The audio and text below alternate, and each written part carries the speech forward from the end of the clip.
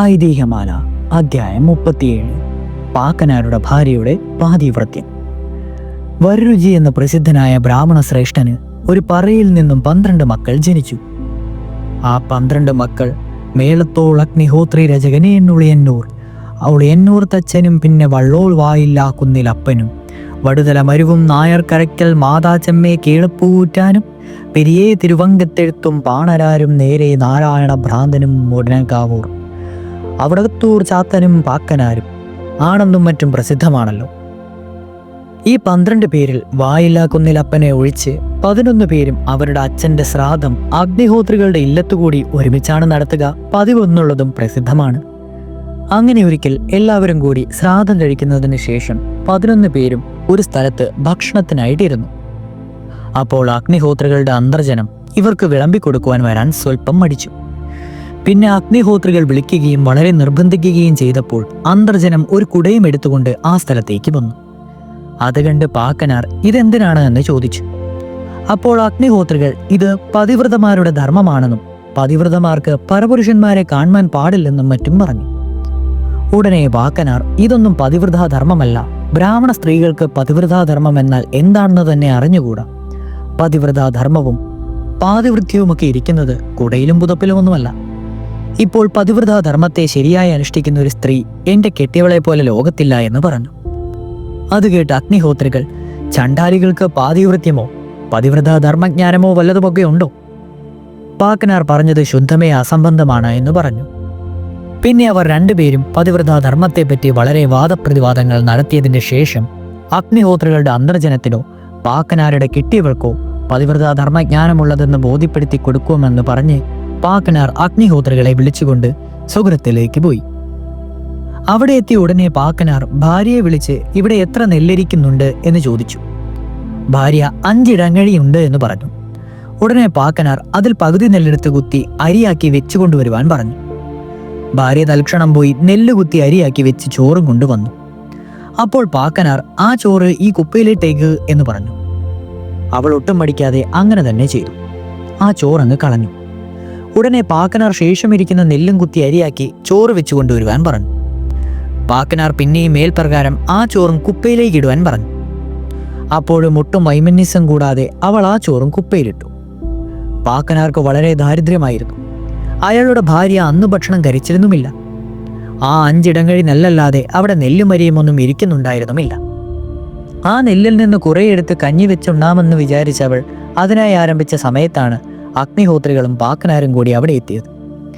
ഇങ്ങനെയൊക്കെ ആയിരുന്നിട്ടും പാക്കനാരുടെ ഭാര്യ തൻ്റെ ഭർത്താവ് പറഞ്ഞതുപോലെ ലേശവും മടിക്കാതെയും ചെയ്തു. ഇത്രയും കഴിഞ്ഞതിന് ശേഷം അഗ്നിഹോത്രികളും പാക്കനാരും കൂടി അവിടെ നിന്ന് പുറപ്പെട്ട് തിരികെ അഗ്നിഹോത്രികളുടെ ഇല്ലത്തെത്തി.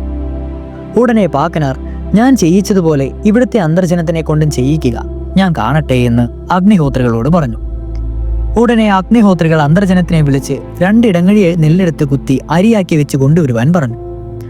അത് കേട്ട് അന്തർജനം, ഇവിടെ അരി ഇരിക്കുന്നുണ്ടല്ലോ, പിന്നെ ഇപ്പോൾ നെല്ല് കുത്തുന്നത് എന്തിനാണ് എന്ന് ചോദിച്ചു. പിന്നെ അഗ്നിഹോത്രികൾ വളരെ നിർബന്ധിച്ചിട്ട് അന്തർജനം മനസ്സോടുകൂടി മുഖം വീർപ്പിച്ച് പെറുപെറുത്തു കൊണ്ടുപോയി നെല്ല് കുത്തി അരിയാക്കി വെച്ചു കൊണ്ടുവന്നു. അപ്പോൾ അഗ്നിഹോത്രികൾ ആ ചോറ് കുപ്പിയിലേക്ക് ഇട്ടേക്കുവാൻ പറഞ്ഞു. അത് കേട്ട അന്തർജനം, ഹേ, അവിടേക്ക് ഭ്രാന്തുണ്ടോ? ചോറ് വെറുതെ കളയുന്നത് കഷ്ടം, വിശേഷിച്ച് ഞാൻ വളരെ പ്രയാസപ്പെട്ട് നെല്ല് കുത്തി അരിയാക്കി വെച്ചുണ്ടാക്കിയത് കൊണ്ടുവന്ന് ചോറ് കുപ്പയിൽ കളയുകയോ? ഇത് വലിയ സങ്കടം തന്നെയാണ്. ഇതും മറ്റും ഓരോ തർക്കങ്ങൾ പറഞ്ഞുകൊണ്ട് നിന്നു. ഒടുക്കം അഗ്നിഹോത്രികളുടെ നിർബന്ധ നിമിത്തം അന്തർജനം ആ ചോറ് കുപ്പയിലേക്കിട്ടു. ഉടനെ അഗ്നിഹോത്രികൾ ഇനിയും 2.5 ഇടങ്ങഴി നെല്ലെടുത്ത് കുത്തി അരിയാക്കി വെച്ചുകൊണ്ടുവരൂ എന്ന് പിന്നെയും പറഞ്ഞു. അപ്പോൾ അന്തർജനം, അവിടേക്ക് ഭ്രാന്ത് തന്നെയാണ്, ഈ കുട്ടുന്ന താളത്തിനൊക്കെ തുള്ളുവാൻ ഞാൻ ആളല്ല, അസംബന്ധം പറയുകയെന്ന് വെച്ചാൽ അതിനും ഒരു അവസാനമില്ലാതായാൽ വിഷമമാണ് എന്ന് പറഞ്ഞ് അകത്തേക്ക് പോയി. അഗ്നിഹോത്രികൾ നിർബന്ധപൂർവം വളരെ വിളിച്ചിട്ടും അന്തർജനം പുറത്തേക്ക് വന്നില്ല. അപ്പോൾ പാക്കനാർ, ഇതാണോ പതിവ്രതാധർമ്മം? ഭർത്താക്കന്മാർ എന്തു പറഞ്ഞാലും സന്തോഷത്തോടുകൂടി അത് ഉടനെ ചെയ്യുന്നവളാണ് പതിവ്രത. അങ്ങനെ ചെയ്യുന്നതാണ് പതിവ്രതാധർമ്മം. അതിൽ ഗുണദോഷ ചിന്തനം ചെയ്യുവാനും തർക്കം പറയുവാനും ഭാര്യമാർക്ക് അവകാശവും അധികാരവും ഇല്ല എന്ന് പറഞ്ഞ് അഗ്നിഹോത്രികളെ സമ്മതിപ്പിച്ചിട്ട് പാക്കനാർ പോയി.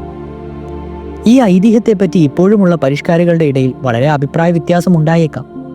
എങ്കിലും ഭർത്താക്കന്മാർ വല്ലതും പറഞ്ഞാൽ പല ഒഴിവ് കഴിവുകളും പറഞ്ഞ് ദുസ്തർക്കങ്ങളും പറഞ്ഞ് അതിനെ ഉടനെ ചെയ്യാതിരിക്കുന്ന സ്ത്രീകൾ കേരളത്തിൽ ധാരാളമുണ്ടെന്നും അത് പതിവ്രതകളായിട്ടുള്ള സ്ത്രീകൾക്ക് ചേർന്നതല്ല എന്നുമുള്ള ചിന്തയുള്ള ആൾക്കാരും ഇപ്പോഴുമുണ്ട്.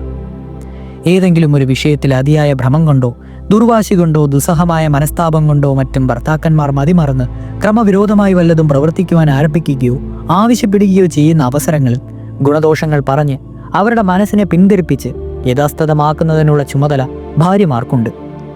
അങ്ങനെയല്ലാതെ ഭർത്താക്കന്മാർ സ്വബുദ്ധിയോടുകൂടി എന്തെങ്കിലും പറഞ്ഞാൽ ഉടനെ അത് ചെയ്യാതെ പലതും ദുസ്തർഗം പറയുന്നത് ഭാര്യമാർക്ക് ഒരിക്കലും യുക്തമായിട്ടുള്ളതല്ല. അങ്ങനെയുള്ളവരെ ഗൃഹിണികൾ എന്ന് പറയാനും പാടില്ല. അവരെയാണ് ഗേഹബാധകളെന്ന് പറയുന്നത്. പാക്കനാർ തന്റെ ഭാര്യയുടെ പാതിവ്രത നിഷ്ഠ എത്രമാത്രമുണ്ടെന്ന് അഗ്നിഹോത്രികളെ ദൃഷ്ടാന്ത സഹിതം അറിയിച്ചതായി ഒരു ഐതിഹ്യം കൂടി കേട്ടിട്ടുണ്ട്. ഒരിക്കൽ അഗ്നിഹോത്രികൾ പാക്കനാരുടെ മാടത്തെങ്കിൽ ചെന്നപ്പോൾ പാക്കനാർ അഗ്നിഹോത്രികൾക്ക് ഇരിക്കുന്നതിന് ഒരു പലകയോ മറ്റോ എടുത്തു കൊടുക്കുന്നതിനായി ഭാര്യയെ വിളിച്ചു. അപ്പോൾ അവൾ കിണറ്റിൽ നിന്നും വെള്ളം കോരിക്കൊണ്ട് നിൽക്കുകയായിരുന്നു. വെള്ളവും പാളയും കൂടി കിണറ്റിന്റെ മധ്യത്തെങ്കിലായപ്പോഴാണ് പാക്കനാർ വിളിച്ചത്. ഭർത്താവ് വിളിച്ചത് കേട്ട ഉടനെ അവൾ കയറിന്മേൽ നിന്ന് കൈവിട്ട് ഓടി വന്നു. പാളയും കയറും ആ സ്ഥിതിയിൽ തന്നെ അവിടെ നിന്നതല്ലാതെ കീഴ്പോട്ട് പോയില്ല. അത് കണ്ട് അഗ്നിഹോത്രികൾ വളരെ ആശ്ചര്യപ്പെട്ടു. പാതിവ്രതമുണ്ടായാൽ ഇങ്ങനെയാണ്. ഭർത്താവ് വിളിക്കുന്നത് കേട്ടാൽ എന്തു തന്നെ പ്രവർത്തിച്ചു കൊണ്ടിരിക്കുകയാണെങ്കിലും അത് ഉപേക്ഷിച്ചിട്ട് ഭർത്താവിൻ്റെ അടുക്കിലേക്ക് തന്നെ ഉള്ളത് പതിവ്രതന്മാരുടെ ധർമ്മമാണ്.